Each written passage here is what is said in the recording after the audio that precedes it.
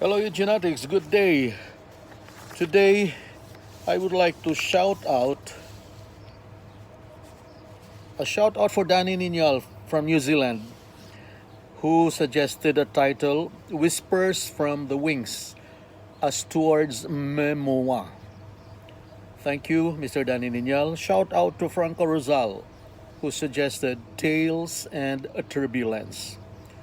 So, Eugenetics, within 1 week, we had a viewership of 1,000 views for Facebook and 15 views for YouTube, which I entered about 3 days ago. So if you can share this with your friend, the viewership will go up. Anyway, let's start. By the way, Omar's job was load controller of Philippine Airlines flight. He worked at the Manila International Airport, or MIA, later to be renamed Ninoy Aquino International Airport, or NAIA. Omar would calculate the proper distribution of the weight of the cargoes, the aviation gas or fuel, and the passengers loaded into the aircraft.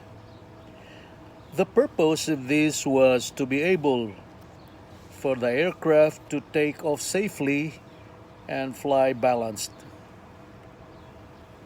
After the last passenger is boarded and the cargo doors are closed, Omer would go up to the flight deck and have his calculations reviewed and signed by the captain. So obviously, Omer's job was for the safety of the flight. His job was very important indeed. But let's not stray too far. I was a deacon. I was an ordained deacon when I left. I was ordained by Archbishop Leonardo Legaspi, a Dominican, together with the theology classmates of mine in 1979 at the Santissimo Rosario Parish inside the University of Santo Tomas. But I belong to the Diocese of Cebu. When I called it quits, I was in Cebu. I sailed to Manila in a ship. I can still remember the ship's name, MV Cebu City. The trip from Cebu to Manila then was an agonizing 24 hours. My ticket was economy. When the ship sailed, I went to the front deck. Sitting in darkness, I could sense a whip of freedom from the lashes of the salty, rumbling wind. The restless, crumbling waves were huge against the ship's hull.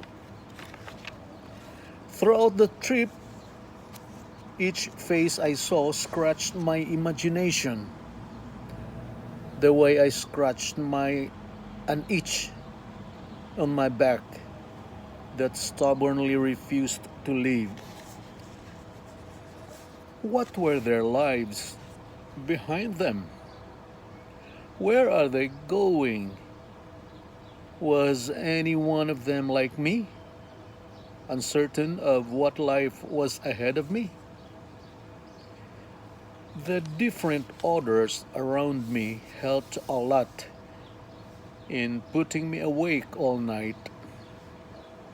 The smell of dried sweat of the unbathed kids in the bunks over me and beside me were like a kilo of monosodium glutamate mixed into my dinner that kept my tired eyes wide open. The smell of Clorox from the lavatories dulled my olfactory nerves every time I entered it. The smell of sap from the green bananas inside the sacks on the floor reminded me of the life in the province. The wind that pierced through the gaps of the thick green tarpaulins that covered the open sides of the ship was a welcome source of freshener. Air freshener, to be literal about it. Comfortable accommodation was far from my consideration. We arrived in Manila at dusk, just when the gray colors of the sky turned reddish light orange. There were already fading electrical lights at the pier of Manila. Unsure of where to go, I chose to disembark last. Perhaps the idle time of waiting would solve my hovering problems. For the first time in my sheltered life, I felt how it was to be lost, to be unnoticed and friendless. By that time, the evening had already totally claimed the day. All the souls around me were gone. I lazily stood up and slowly swung my only backpack on my tired and stooped shoulders. Oh, how the tired mind can influence an equally tired body. Up to now, I can still recall what was inside that backpack. 3 t-shirts and 2 maong pants. In my pocket was a 500 peso bill and a few pieces of noisy coins. Before I took the first step, I inhaled and looked around. I saw an awful combination of lights and shadows. I noticed that the lamp posts of the pier were few and far between. Just like my idle thoughts and my frozen brain. Every step I made was slow and heavy. I felt the start of the struggle I never experienced in my sheltered life in the seminary. My shoulders drooped without anybody noticing them. The very light backpack did not cause the droop.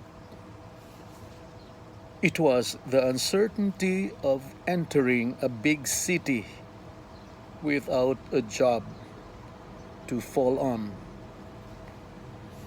Each stride casted long diagonal shadows like a phantom ready to haunt me in my uncertain future. Let's end it here, Eugenetics. And thank you for listening. We will have our next serial in another week, Wednesday. So thank you so much, Eugenetics. It's Senor Eugenetics.